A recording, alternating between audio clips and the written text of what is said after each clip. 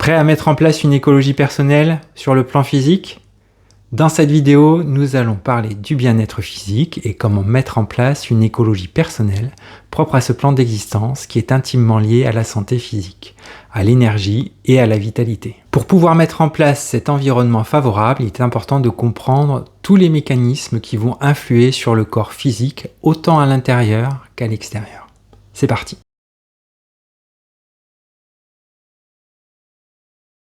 Avant d'aller plus loin, mettons-nous d'accord sur ce qu'est le plan physique quand on parle d'écologie personnelle. Le plan physique, bien sûr, c'est notre existence matérielle, notre corps, qui est notre lien direct avec la Terre ou la nature.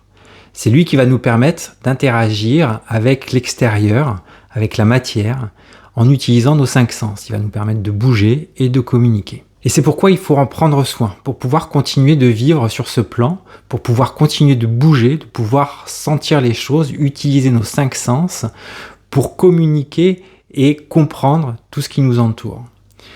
Et pouvoir profiter des bienfaits de tout ce qui nous entoure.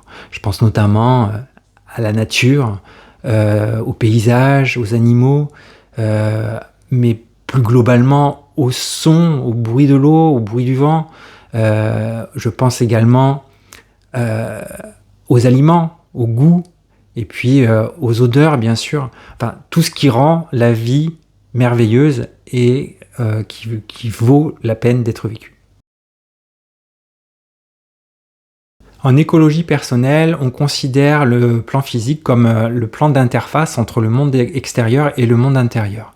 Parce qu'on va réceptionner toutes les informations qui nous viennent de l'extérieur via nos 5 sens. Elles seront filtrées par notre pensée, donc notre monde intérieur qui se construira peu à peu et qui pourra prendre des décisions pour générer des actions dans le monde extérieur.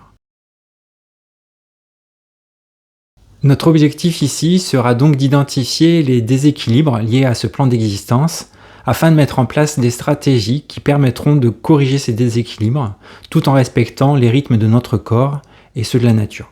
La première chose qui va venir déséquilibrer le plan physique, ce sont les surcharges, c'est-à-dire tout ce qui s'accumule dans l'organisme et dont il n'arrive pas à se débarrasser et qui finit par s'accumuler et l'encrasser. Pour commencer, je vais vous citer les radicaux libres.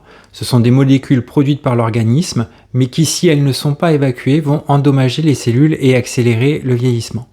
Ces molécules sont en général issues du stress, de la pollution, etc. Ensuite viennent les xénobiotiques. Ce sont des molécules chimiques étrangères à l'organisme qui sont présentes dans l'alimentation, dans l'eau, dans l'air et les produits de consommation courante. En gros, ce sont des pesticides, des médicaments, des additifs, les colorants, édulcorants, etc. Ensuite, il y a l'acidose. En naturopathie, c'est l'accumulation d'acides organiques causés par le stress ou une alimentation trop acidifiante, mais aussi la sédentarité. Cette acidose va, avec l'accumulation, dérégler le pH de l'organisme. Toujours en naturopathie, on parle de mucose. C'est la production excessive de mucus, qui est souvent liée à une consommation excessive de produits laitiers, de gluten ou de sucre raffiné. Il sera donc important de bien être conscient de l'origine des surcharges pour pouvoir agir efficacement et réduire leurs sources. Car la première de toutes les règles, ça sera toujours de supprimer les excès. La deuxième cause de déséquilibre sur le plan physique, ce sont les blocages. En gros, c'est tout ce qui va entraver la libre circulation de l'énergie ou des fluides de l'organisme. En tête de liste, on va avoir les mauvaises postures ou les vêtements trop serrés. Effectivement, ils vont ralentir la circulation sanguine ainsi que la circulation lymphatique et ils vont limiter l'amplitude respiratoire ou l'amplitude de mouvement. Ensuite vient la viscosité excessive du sang. Elle va être à l'origine du ralentissement de tout le fonctionnement de l'organisme. Et en général, elle est liée à la déshydratation, au stress ou à une alimentation trop riche en graisse ou en sucre. Et pour terminer, on parlera de sédentarité. Parce qu'effectivement, c'est l'activité physique qui va permettre à l'énergie de circuler. C'est elle qui va permettre aussi le retour veineux et la circulation de la lymphe qui, si elle stagne, va favoriser l'accumulation de toutes les toxines. En identifiant ces blocages et en les éliminant, on permettra donc au fluide corporel et à l'énergie vitale de circuler correctement. L'organisme pourra alors mieux fonctionner. Pour aider l'organisme à retrouver un équilibre sur le plan physique, on va se servir de nos émonctoires. Les émonctoires, en fait, ce sont des organes qui sont chargés d'éliminer les déchets et les toxines de notre corps. Ils permettent le maintien de notre équilibre intérieur qu'on appelle l'homéostasie. Il est donc crucial que ces organes fonctionnent correctement si on veut pouvoir éliminer toutes les toxines et les surcharges de notre corps. Je vous propose donc de voir comment les stimuler ou les soutenir de manière naturelle. Commençons par le foie. On pourra utiliser bien sûr des plantes cholérétiques ou cholagogues, mais attention, certaines d'entre elles peuvent être très puissantes. Il vaut mieux demander conseil à un médecin ou un professionnel de santé. Ensuite, on adoptera une alimentation qui soit saine, ni trop sucrée, ni trop grasse, et on mettra en pratique des techniques de réduction du stress comme la méditation ou la sophrologie. Pour les intestins, on favorisera une alimentation riche en fibres.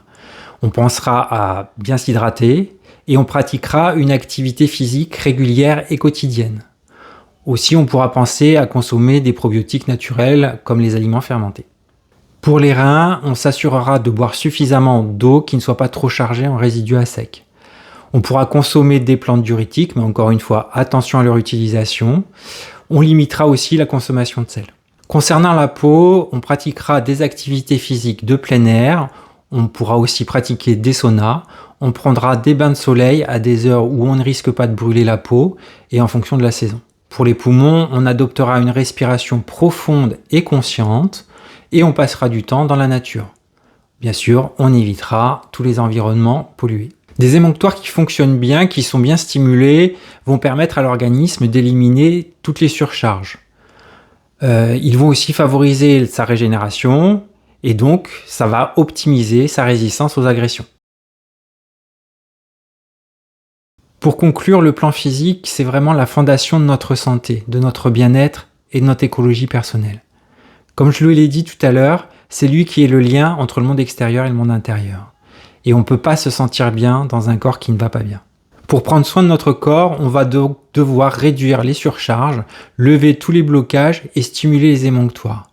Nous pourrons ainsi retrouver une vitalité optimale, une joie de vivre profonde sur le plan physique, ce qui sera le premier pas sur le chemin de l'écologie personnelle. Voilà, cette vidéo touche à sa fin. J'ai terminé sur ce plan physique, même si évidemment il y aurait beaucoup plus à dire. Si vous avez des questions, n'hésitez pas à les laisser en commentaire. Vous pouvez aussi me laisser un commentaire si vous n'avez pas de questions, bien entendu. Ça me fera toujours plaisir de les lire. N'hésitez pas aussi à mettre un pouce bleu, ça fait marcher la chaîne, à partager la vidéo, ça fait marcher la chaîne aussi. Et puis je vous dis à très bientôt sur Ecologia Personalis pour une nouvelle vidéo de cette série sur l'écologie personnelle holistique. À très bientôt. Merci d'avoir regardé cette vidéo.